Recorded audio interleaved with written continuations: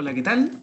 Muy buenas tardes a todas y todos. Bienvenidas y bienvenidos a esta nueva sesión de nuestro curso de fundaciones. Hoy día tenemos la clase 22 y vamos a hablar de asentamientos en fundaciones. Entonces nos vamos para la página ahí. Entonces ya hemos hablado extensamente de cuáles son las diferencias, ¿cierto? Desde una perspectiva de diseño en lo que respecta a serviciabilidad y seguridad. ¿Ya? Entonces, entendiendo que el asentamiento, ¿cierto?, es el preámbulo de la falla por capacidad de soporte, ¿ya?, la pregunta es, ¿cómo determinamos asentamientos y qué se requiere? Obviamente, los asentamientos van a estar muy relacionados con los sistemas de carga, ¿ya? Mientras más grande la carga que pongamos, mayor va a ser el asentamiento eventualmente, ¿sí? Obviamente el asentamiento también va a depender de las condiciones del suelo. Por ejemplo, si nosotros vamos a un caso extremo, nosotros podríamos pensar que si tenemos una fundación en una roca, por muy grande que sea la carga, probablemente el asentamiento en la roca va a ser muy pequeño, ¿no? Y la falla va a estar dada más bien por una falla estructural de la zapata, más que por asentamiento, por ejemplo, ¿sí? Entonces, cuando hablamos de cómo vamos a calcular los asentamientos, esto va a salir obviamente a través de fórmulas. Estas fórmulas van a ser determinadas ya sea a partir de ensayos de laboratorio, así como por teoría elástica, ¿ya? Y los parámetros con los cuales vamos a trabajar salen o bien de terreno o salen o bien de laboratorio, pero vamos a trabajar con ecuaciones canónicas, ¿ya? En general las ecuaciones tienen su origen en la mecánica de sólidos, ¿ya? Entonces, en ese contexto, cuando hablamos de lo que significa el determinar las cargas, estamos hablando de la magnitud, la dirección, el punto de aplicación y su naturaleza. Es una carga de viento, una carga sísmica, es una carga de peso muerto, ¿ya? Ustedes bien saben de que hoy en día la manera en que se trabaja estos fenómenos en general es a través de las normas que sugieren, ¿cierto? Bueno, sugerir es una palabra entre comillas, porque no es que sugieran, ¿cierto? Las normas determinan el marco de trabajo. Combinaciones de carga, ¿sí? Entonces, en ese contexto, dependiendo del tipo de carga que tengamos, nosotros podemos tener compresión, podemos tener corte, momento, torsión, ¿cierto? Torsión sobre todo en aquellos elementos estructurales en los cuales la configuración, la geometría no es armónica, ¿no? Y el caso más evidente en este contexto sería, por ejemplo, qué es lo que le pasa a los edificios que no son regulares.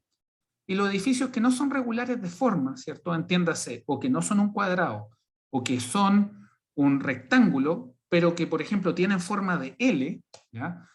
Ese tipo de edificios tienen aspectos importantes desde una perspectiva de torsión, ¿ya? Por lo tanto, la torsión eventualmente puede transformarse en un elemento importante, ¿cierto?, en lo que es el desempeño de una estructura si ésta no tiene una forma regular, ¿ya? El origen, cargas muertas, empujes, cargas de fluidos, cargas sísmicas, viento, impacto, también pueden haber otras, ¿no?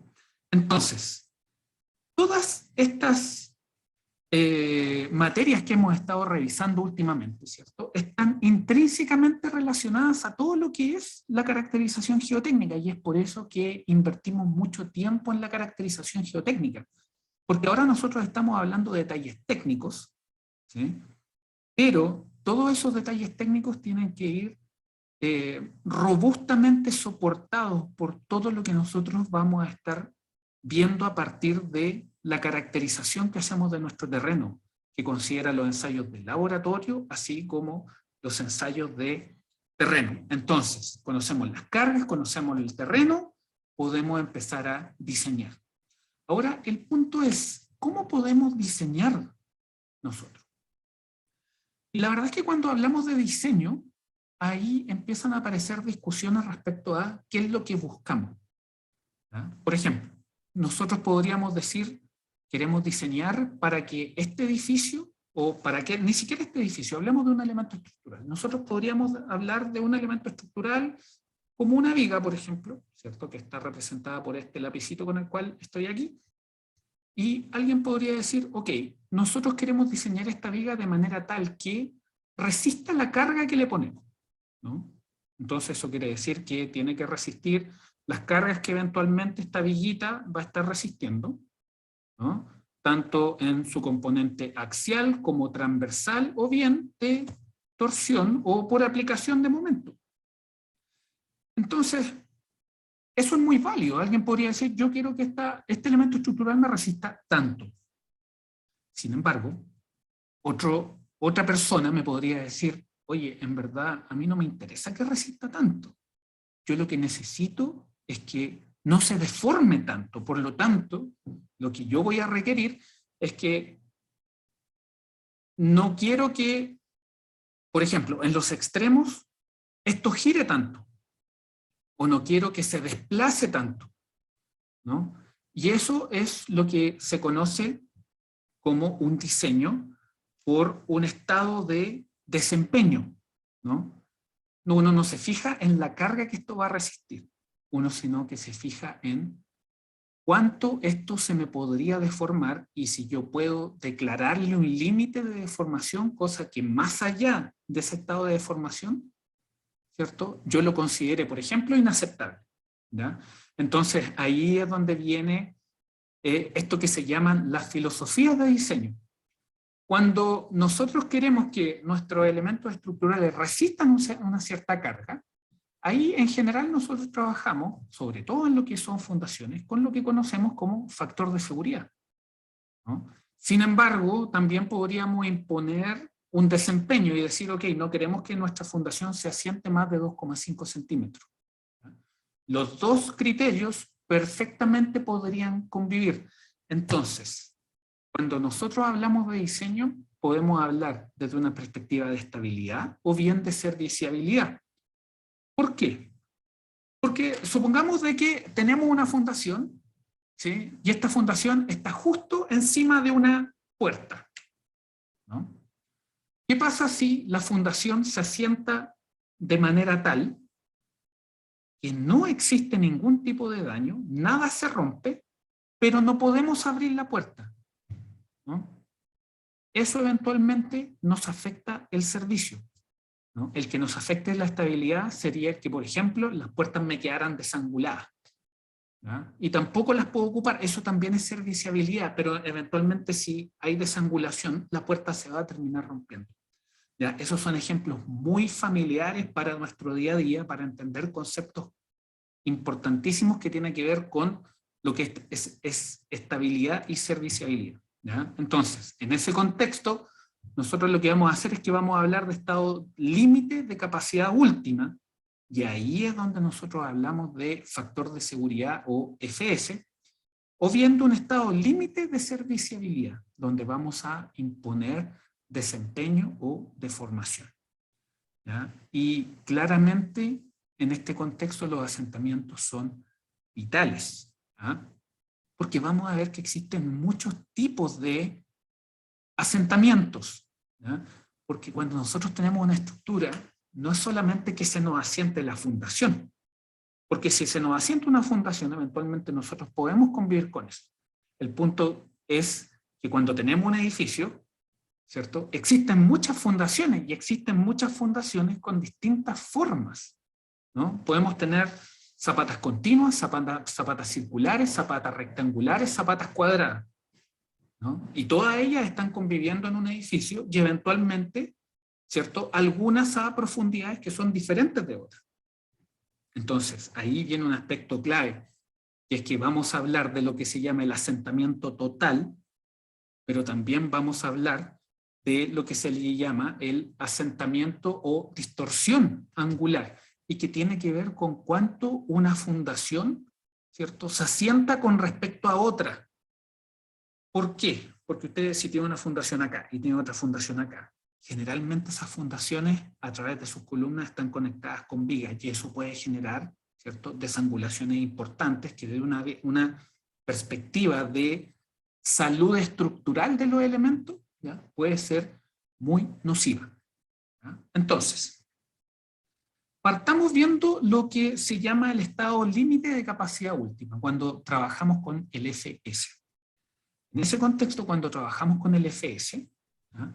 El FS nosotros lo podemos definir de varias maneras, dependiendo de cuál es la perspectiva que estamos utilizando. Por ejemplo, el factor de seguridad estático no es lo mismo que el factor de seguridad sísmico. En general difieren, con el estático siempre un poco mayor que el sísmico, ¿ya? Entonces, por ejemplo, estos son factores de seguridad que encontramos en la literatura en general y que también se trabajan mucho en la práctica, ¿no? Por ejemplo, para trabajos de tierra, para estructuras de tierra como muros de contención, ¿ya?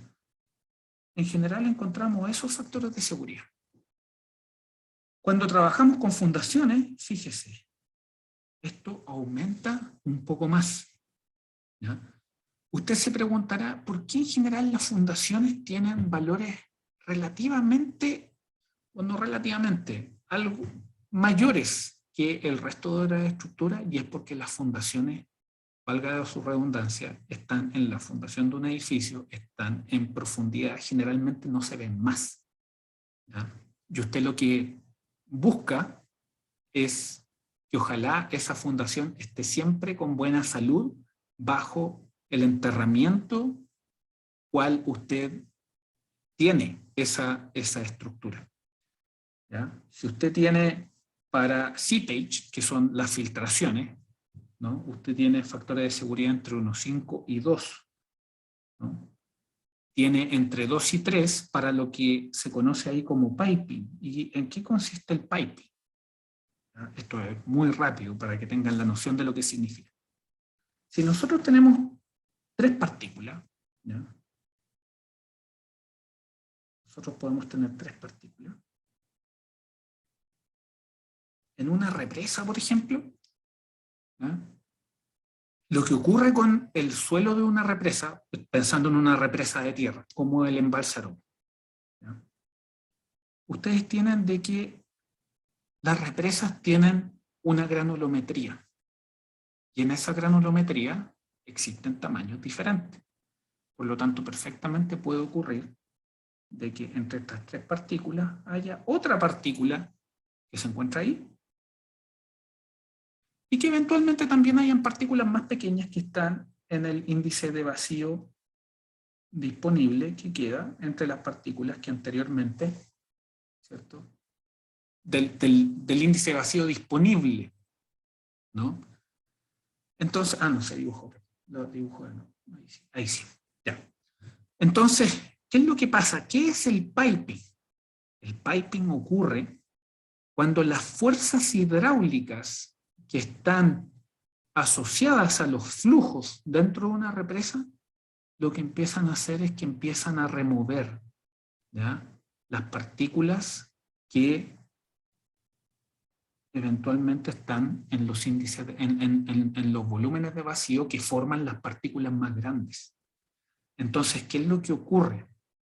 Que en términos prácticos, la represa se empieza a erosionar y ocurre un fenómeno que se conoce como erosión interna, que es cuando las partículas se empiezan a perder, ¿ya? Entonces, eso es súper grave. Se han perdido muchas represas por el fenómeno de piping y en general esos factores de seguridad también se incrementan, ¿ya? Tenemos ensayos de carga y tenemos para sistemas de carga dinámicos, ¿ya?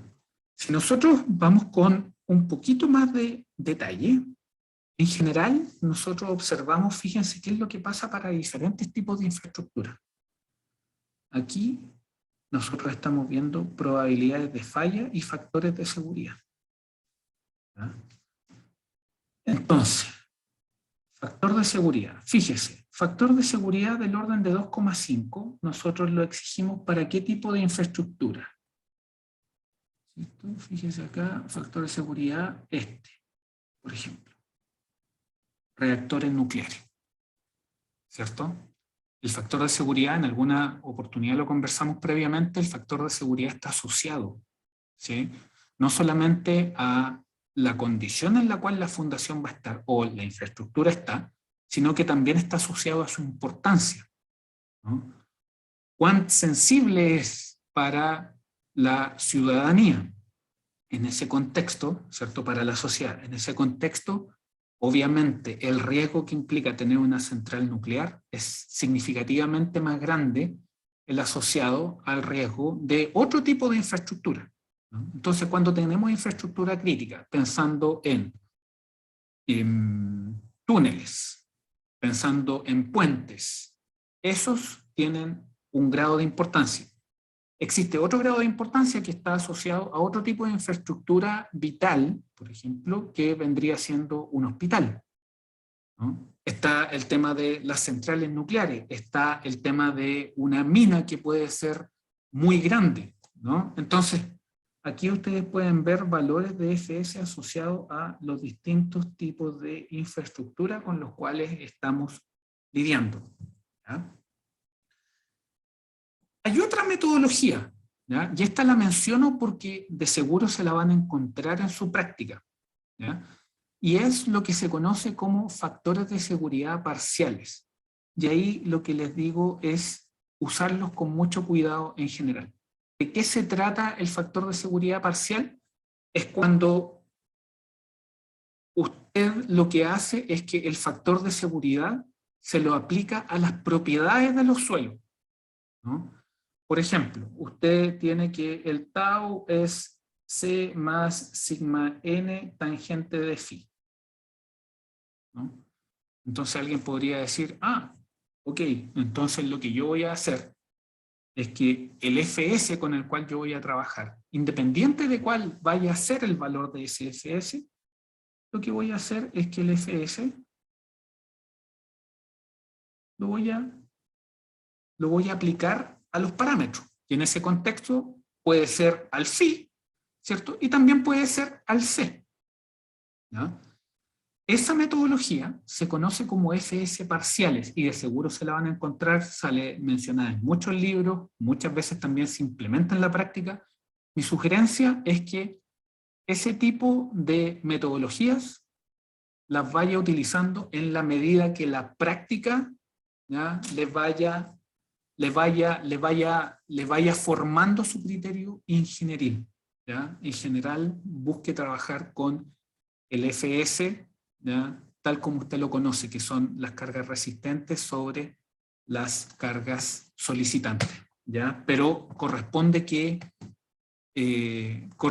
sepa que también existe una metodología intermedia, ¿ya?, entre esta de desempeño y esta de criterio por FS, ¿ya?, que vendría siendo la intermedia.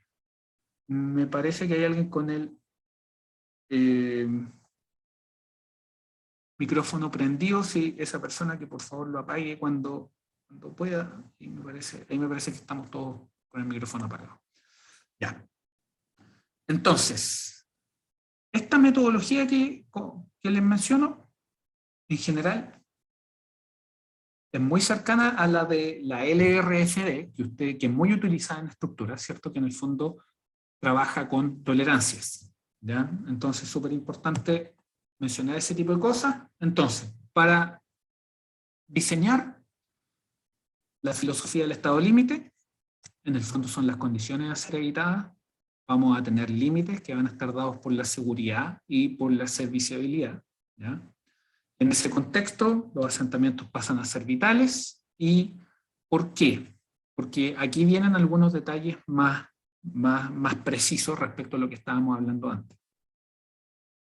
Nosotros podemos tener asentamientos, podemos tener deformaciones, y eso puede tener un valor aceptable, depende de qué es lo que nosotros necesitemos.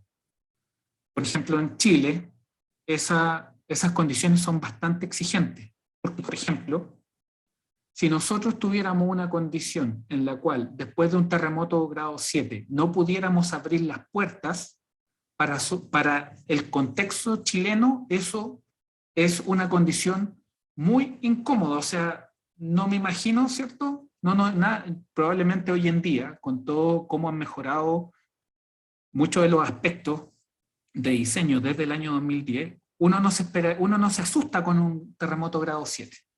¿No? Por lo tanto, nos llamaría mucho la atención que después de un terremoto grado 7, por ejemplo, se nos bloquearan las puertas y las ventanas. ¿No? Es raro que alguien se sienta inseguro en un terremoto grado 7. ¿Sí? Uno no esperaría mucho daño en la arquitectura con un terremoto grado 7. ¿No? Entonces, nosotros diseñamos para que los asentamientos cumplan con creces, por ejemplo, este tipo de restricciones. ¿Ya? Y ni decir, colapso estructural con un grado 7 nosotros no pensamos que vamos a tener un colapso estructural, ¿cierto? Puede suceder, por supuesto, pero nos sorprendería mucho, ¿no? Porque nuestra historia sísmica avala de que nosotros deberíamos estar preparados para terremotos de magnitudes significativamente mayores. ¿Ya?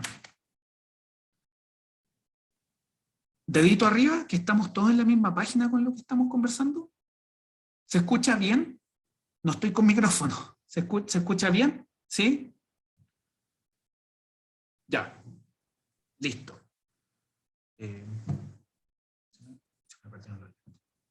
Ya.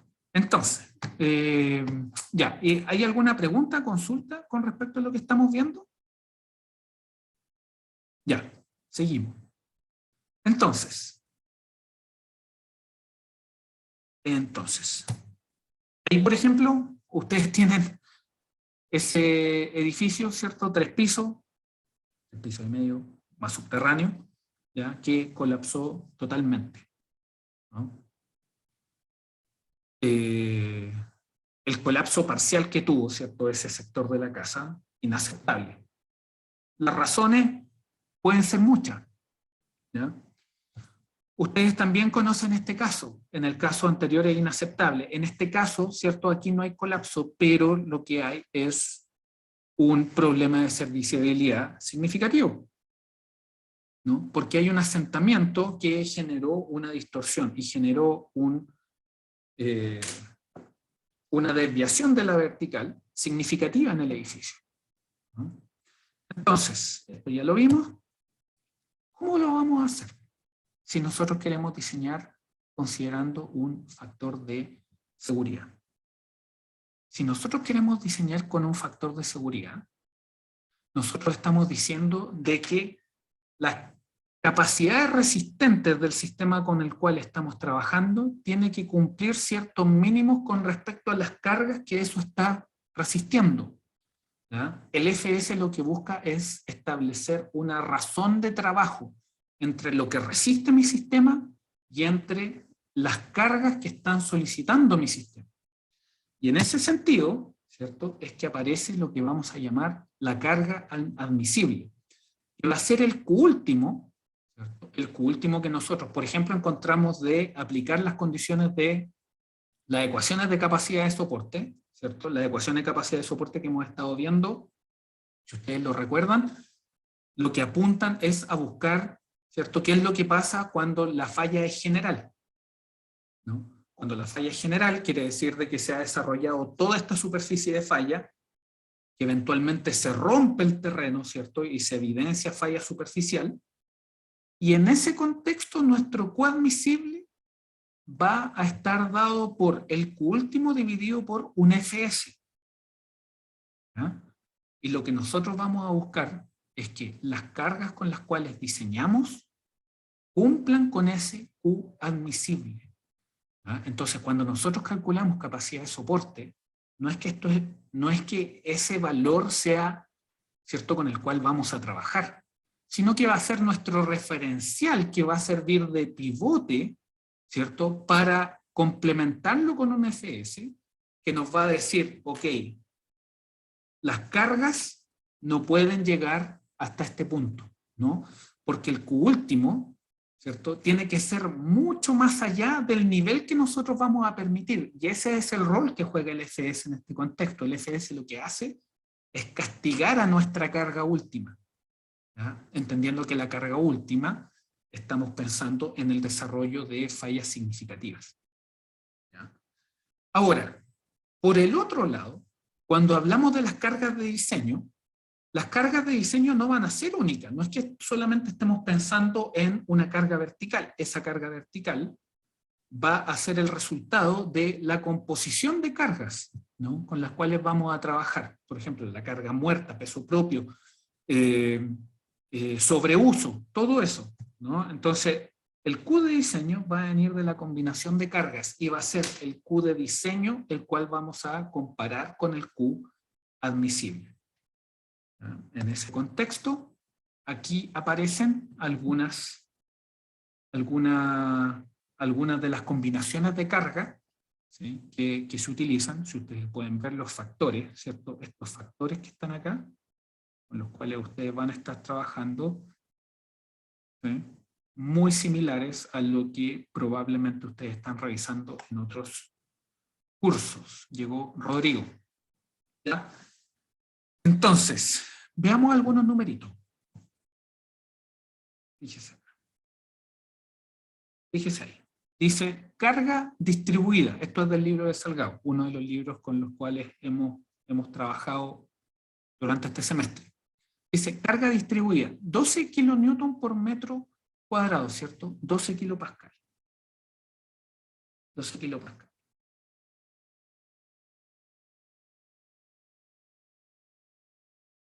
Es una carga bastante baja.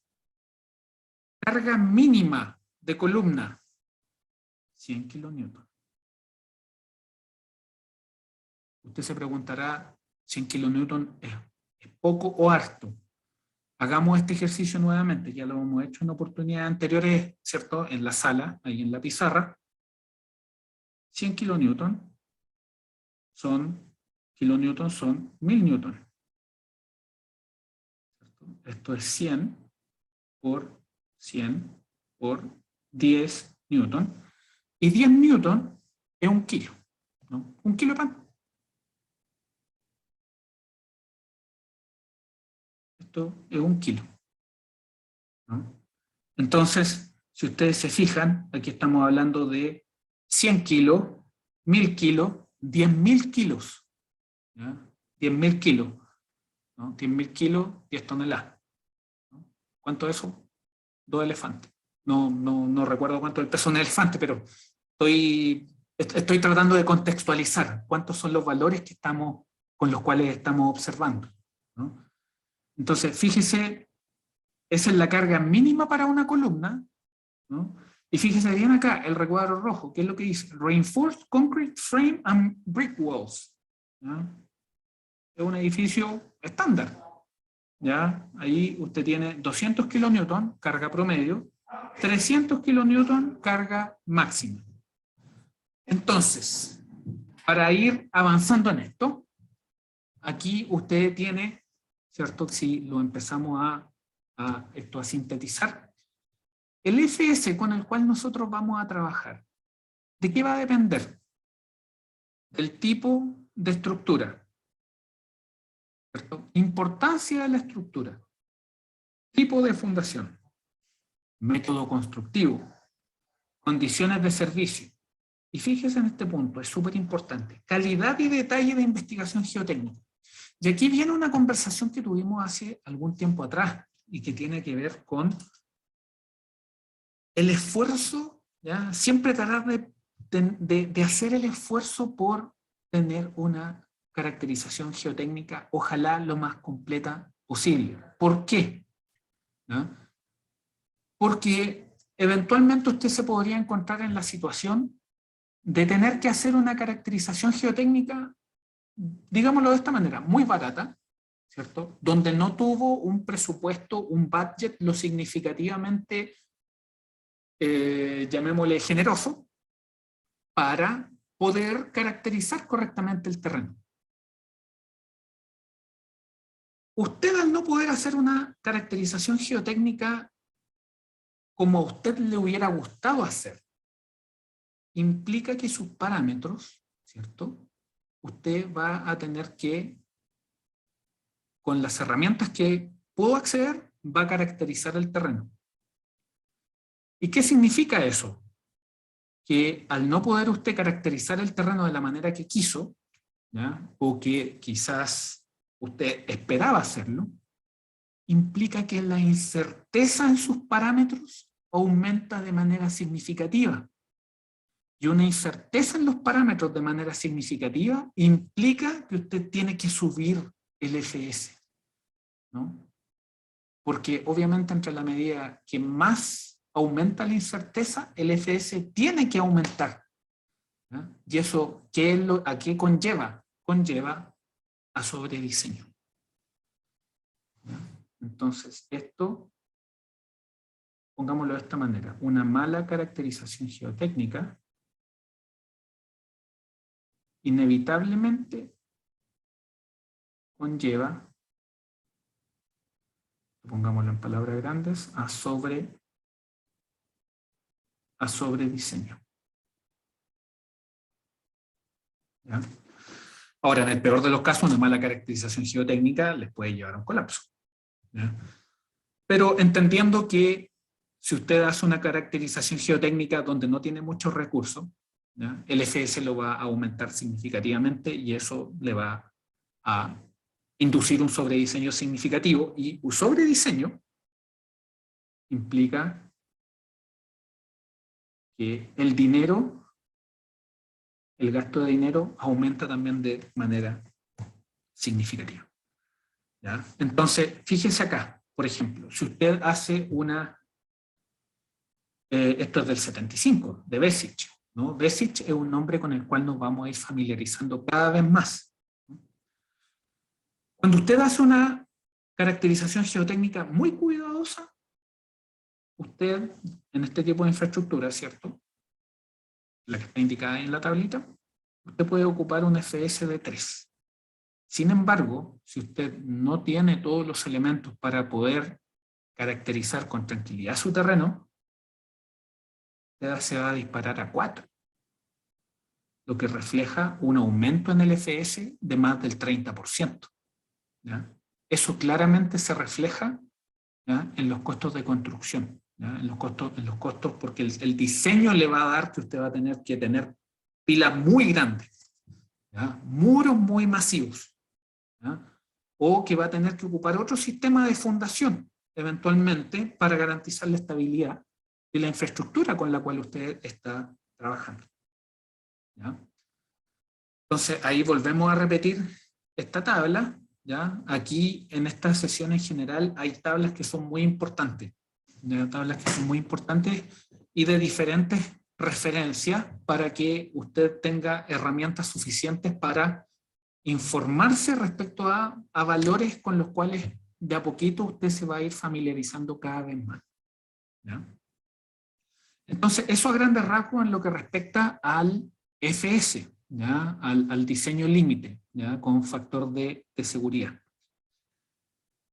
También está el diseño con la filosofía que se conoce como LRFD, que es muy ocupada en estructuras, ¿ya?, y que tiene que ver con las cargas y resistencias, pero en este contexto vamos a trabajar con cargas y resistencias nominales.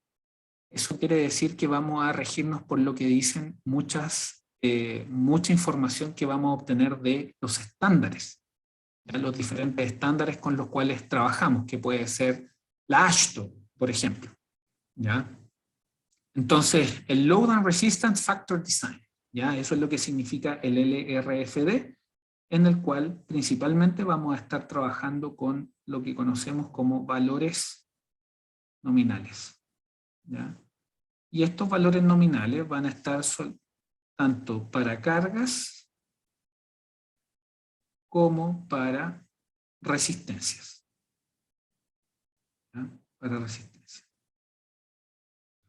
Entonces, acá, por ejemplo, les muestro qué es lo que pasa al hacer una comparación entre el utilizar el LRFD versus ciertos factores de seguridad parcial. En ese contexto siempre le va a convenir trabajar con LRFD, ¿ya? Esto eventualmente se puede volver importantísimo a la hora de revisar un diseño, ¿ya? Entonces, por ejemplo, ¿cómo trabaja usted en el LRFD?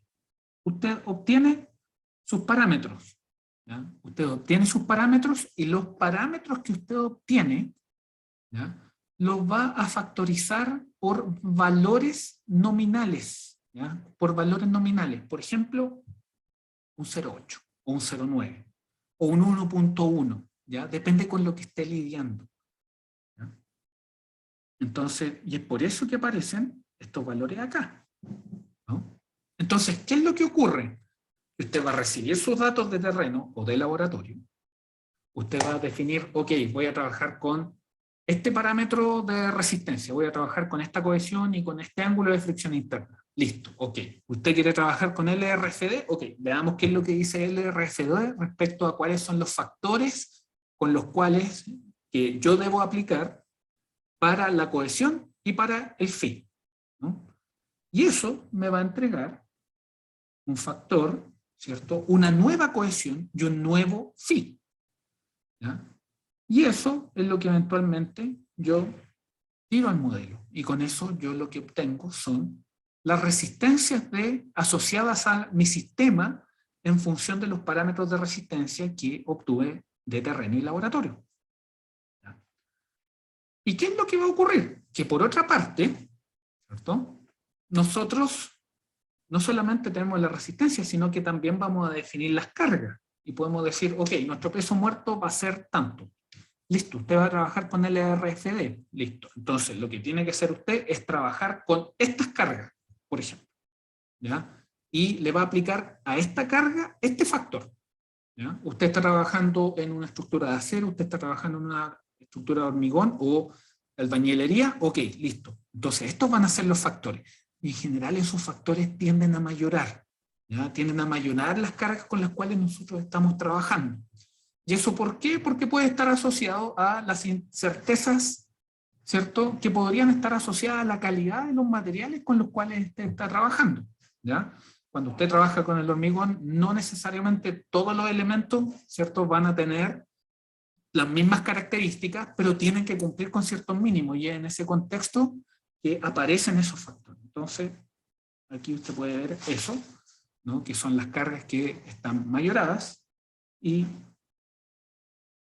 eso provino de las cargas que usted determinó, ¿ya? Entonces el LRFD lo que busca es, en el fondo, de alguna manera, incorporar parámetros estadísticos, ¿ya?, asociados a lo que ocurre con la resistencia de los materiales, ¿no?, de los diferentes materiales con los cuales usted va a trabajar, el acero, el hormigón, los suelos, ¿ya?, así como también con las cargas asociadas a los diseños que usted va a estar implementando. ¿Cómo es que se generan desde una perspectiva de análisis y toma de decisiones? ¿Cómo es que se trabaja? Uno, en el fondo, lo que busca es que las cargas nominales y los factores de carga, ¿cierto?, sean menores a las resistencias nominales y los factores de resistencia. Simplemente para clarificar, cuando hablamos de nominal, es que nos estamos refiriendo a la norma, ¿ya? Entonces, contextualizado a nuestro caso de fundaciones, nosotros vamos a estar hablando de que las cargas sobre la fundación tienen que ser menores a la resistencia del suelo. Y eso tanto para cuando estemos hablando de asentamiento, así como de fallas por capacidad de soporte. Aquí me detengo para consultar si estamos todos en la misma página. Dedito arriba que sí. ¿Estamos todos en la misma página con lo que estamos conversando? Sí, profe. Los que están en sala F9, ¿todo ok? F9. ¿Sí? Ah, bueno, ahí están, ya. Entonces, buenísimo. Ya, entonces, nos movemos un poquitito. Ya, entonces, carga admisible.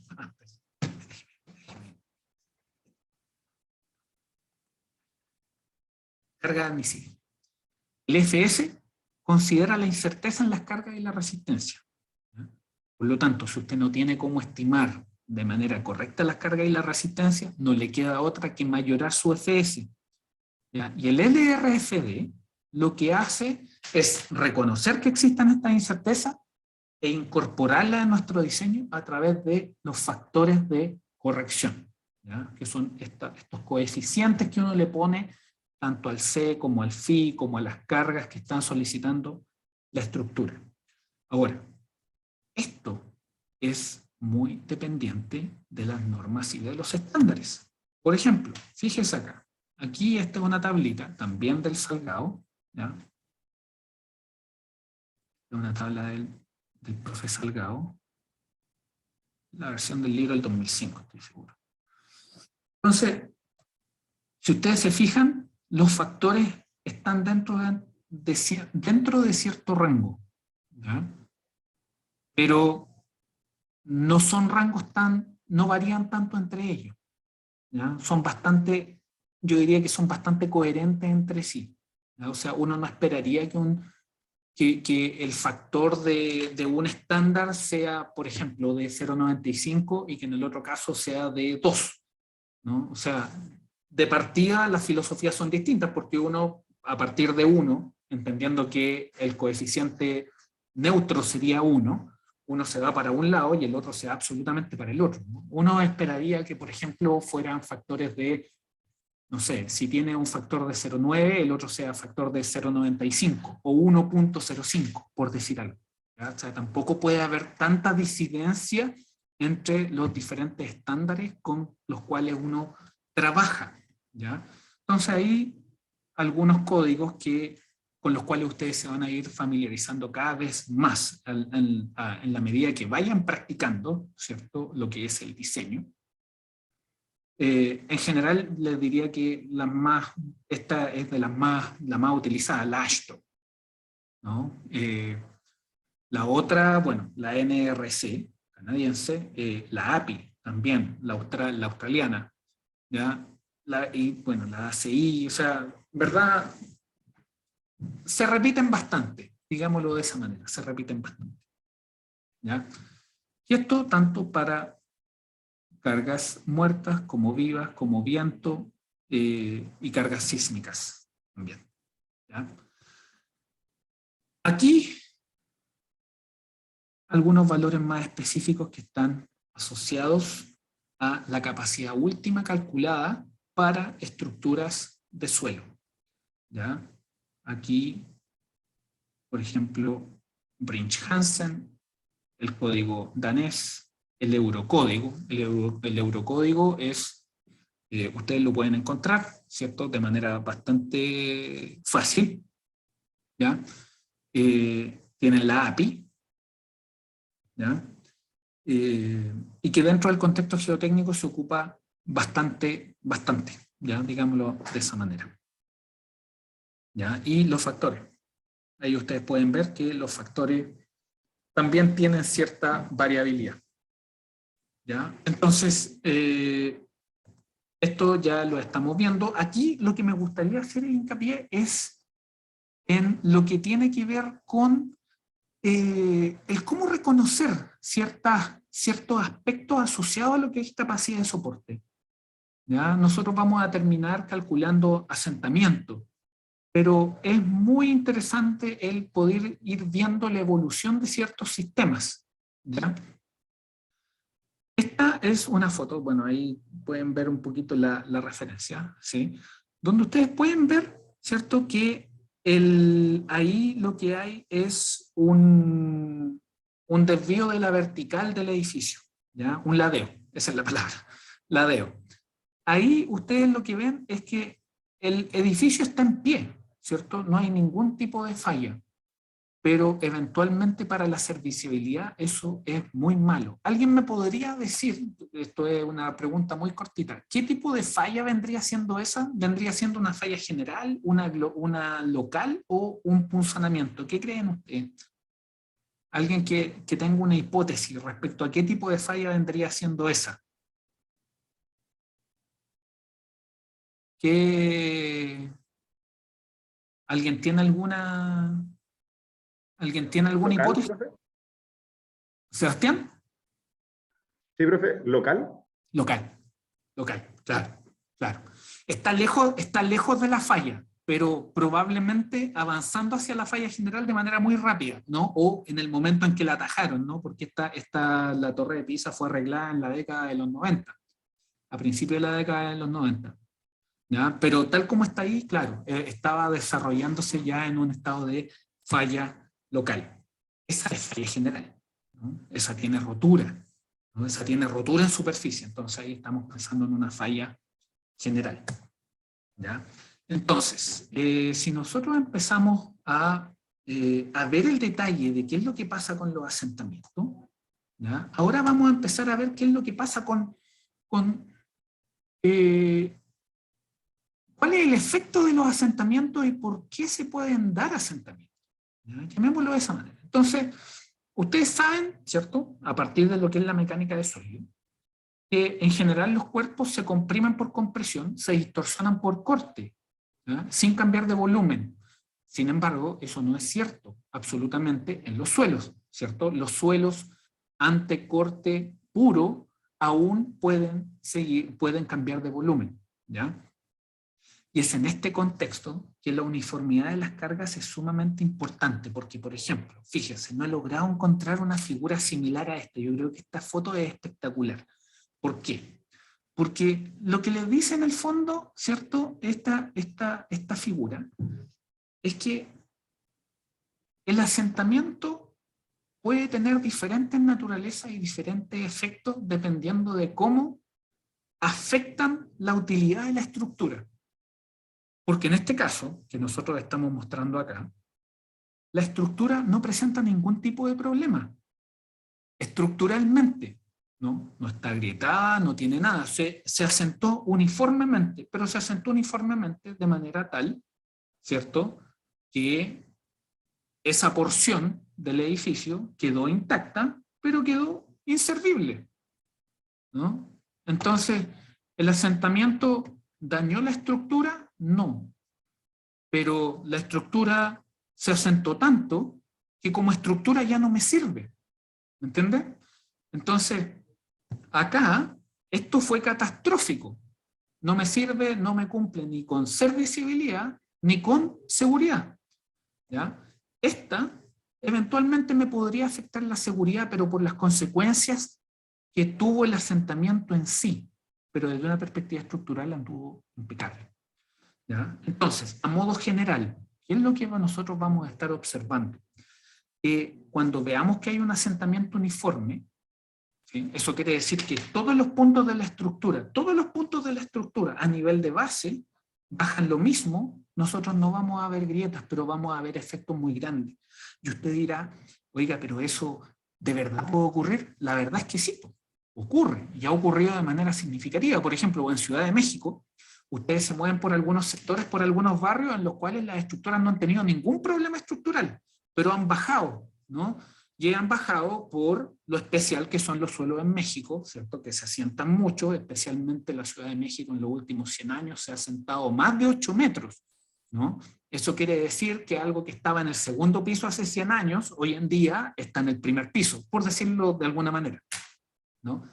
Y ustedes pueden observar que en México, efectivamente, en la entrada de algunos locales, lo que ocurre es que el edificio, ¿cierto? La entrada del edificio no coincide con el nivel de la calle, ¿ya? La estructura sin ningún tipo de problema, pero asentada de manera uniforme, ¿no? Sin ningún tipo de grieta, ¿ya? Sin embargo, los asentamientos que más hacen daño van a ser aquellos en los cuales, ¿cierto?, la estructura presenta asentamientos no uniformes. Y nosotros vamos a tener que cuantificar eso, ¿no? Y ahí los asentamientos van a empezar a tener apellido, ¿no? Asentamiento no uniforme, por ejemplo. Y eso va a generar lo que se llama la distorsión angular. Entonces, cuando tenemos asentamientos uniformes, ¿ya?, no hay daño estructural en general, ningún problema con la estructura, ¿ya? Pero los daños se dan en las interfaces de los edificios. Por ejemplo, la interfaz edificio-calle, ¿no? Y que eventualmente la entrada del edificio está más abajo que el nivel de la calle, ¿no? ¿Podría generar problemas? Por supuesto. porque usted tiene que velar por la seguridad de las personas. Y si las personas enfrentan dificultades para entrar al edificio, y usted tiene que, de las 10 personas que entran a un edificio, hay 2 o 3 que se caen, ¿no? Eso ya empieza a afectar la serviciabilidad y la seguridad de las personas, ¿no? Problemas en los accesos. También, obviamente, problemas de drenaje, ¿ya? Asentamientos no uniformes. Aquí vamos a tener grietas estructurales, ¿ya? Y esto, obviamente, las grietas van a depender de la magnitud, ¿ya? De la magnitud del fenómeno, ¿ya? Y esto puede afectar a columnas, losas y muros, ¿ya? ¿Y qué es lo que va a inducir? Va a inducir daño en los paneles, en las ventanas, en las terminaciones, ¿ya?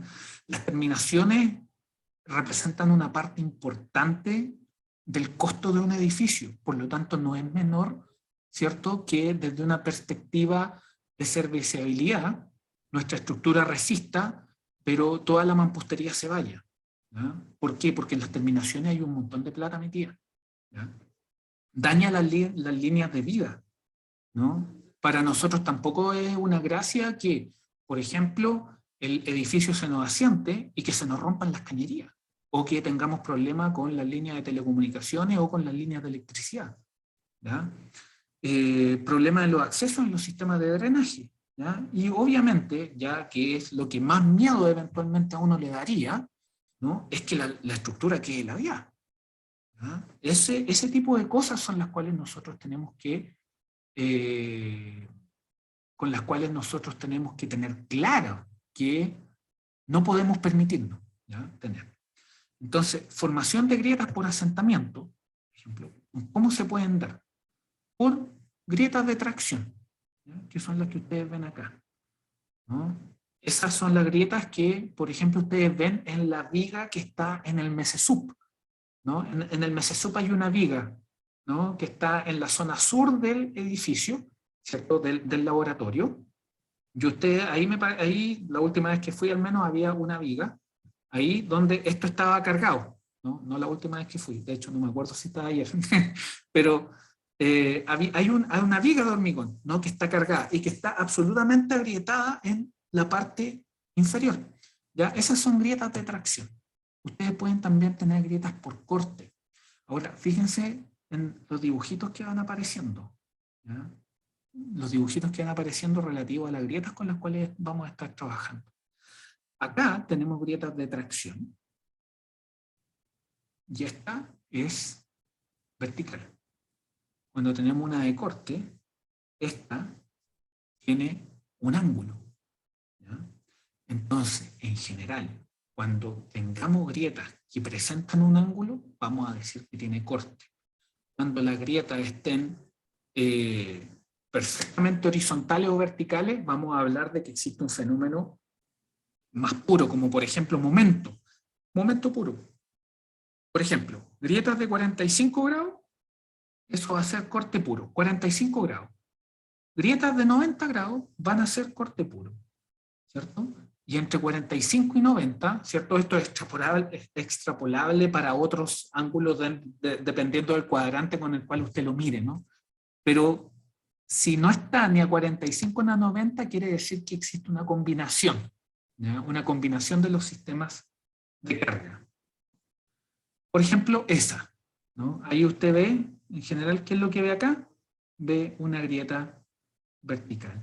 ¿Qué es lo que se generó ahí? Se generó una tracción tal de que el muro se descendió, ¿cierto?, induciendo grietas verticales, ¿ya? Sin embargo, esta es una de las características que nosotros vemos, sobre todo después de terremotos, ¿sí? Nos tocó verlas mucho en México, nos ha tocado mucho verlas también aquí en Chile, en Ecuador, ¿sí? Son las grietas que tienen un ángulo y que generalmente lo que hacen es que cruzan muros o salen de ventanas hacia el resto de los muros, ¿ya? Y ahí, ¿qué es lo que hay? Existe una composición de los diferentes esfuerzos con los cuales estamos trabajando. Y cuando usted ve ese tipo de grieta, quiere decir de que existe una combinación tal de que se producen distribuciones de esfuerzo que inducen ese tipo de grietas que están siendo controladas por diferentes contribuciones de las solicitaciones existentes. ¿ya? Entonces, ¿cómo las podemos calificar en general? Eso va a depender generalmente de la abertura, ¿ya? De la abertura. Es por eso de que ustedes pueden ver un edificio con grietas muy finas, ¿sí? Y el tema es que esas grietas son precisamente finas, ¿no? Cuando las grietas cuesta mucho discernirlas con el ojo, ¿no? Y usted lo que ve son rayitas, esas simplemente son las grietas intrínsecas que el hormigón adquiere, ¿cierto? En la medida que va pasando el tiempo, ¿no? El tema es qué es lo que pasa si esa grieta que nosotros estamos observando empieza a crecer con el tiempo y la abertura empieza a expresarse de una manera tal que efectivamente empieza a inducir dudas respecto a su salud estructural, ¿ya? Entonces, esto se ha estudiado, ¿no? Esto se ha estudiado y es importante saber, ¿no? Muchas veces usted va a tener que dar su opinión, ¿no? Respecto a ciertas situaciones en las cuales se vea enfrentado, ¿sí? Y estos son números que son muy importantes de saber en general, tenerlos referencialmente, ¿no? Pueden ser 14, pueden ser 15, puede estar entre 4 y 13, 3, 15, ¿no? Esto, por eso ahí se pone en rango, ¿ya?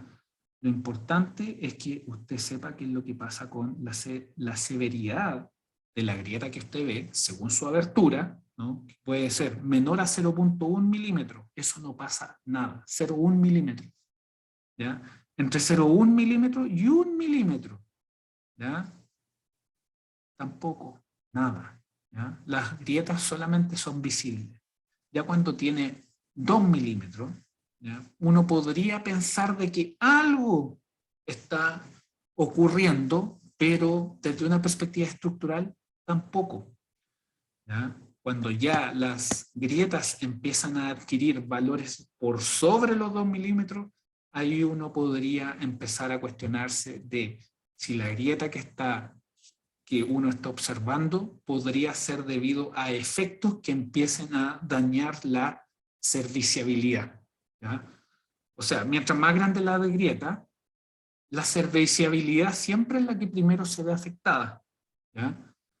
Ya cuando estos fenómenos se hacen cada vez más patentes, uno empieza a pensar de que la seguridad es la que podría empezar a ser comprometida, ¿ya? Dedito arriba, que estamos en la misma página con lo que estamos conversando. Se fueron. Ah, no, ahí están. Ya. F9, ¿todo ok en la F9?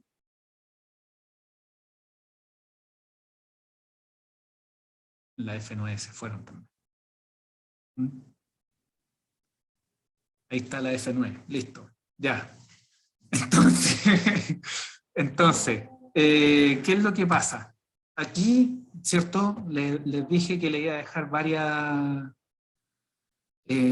tablitas, ¿no? Ustedes van a ver que entre las diferentes referencias con las cuales trabajan, las tablas van a variar, ¿no? Van a variar, van a haber algunas tablas que son más exigentes que otras, van a ser algunas que tienen más detalles que otras. Esta tabla en particular es de un muy buen libro de fundaciones que no lo he mencionado hasta ahora, ¿ya? Que es el Tomlinson, ¿ya? El Tomlinson. Entonces, para que lo consideren, ahí tienen una nueva referencia, ¿sí? Esta tablita viene del libro Tomlinson, que es muy bueno, ¿ya? Es un libro que el Tomlinson principalmente es muy utilizado en Europa, ¿ya? Y partió siendo un muy buen libro para todo lo que es el diseño de fundaciones profundas, ya pilotes, nos queda muy poquito para empezar a estudiar pilotes, ¿ya? Y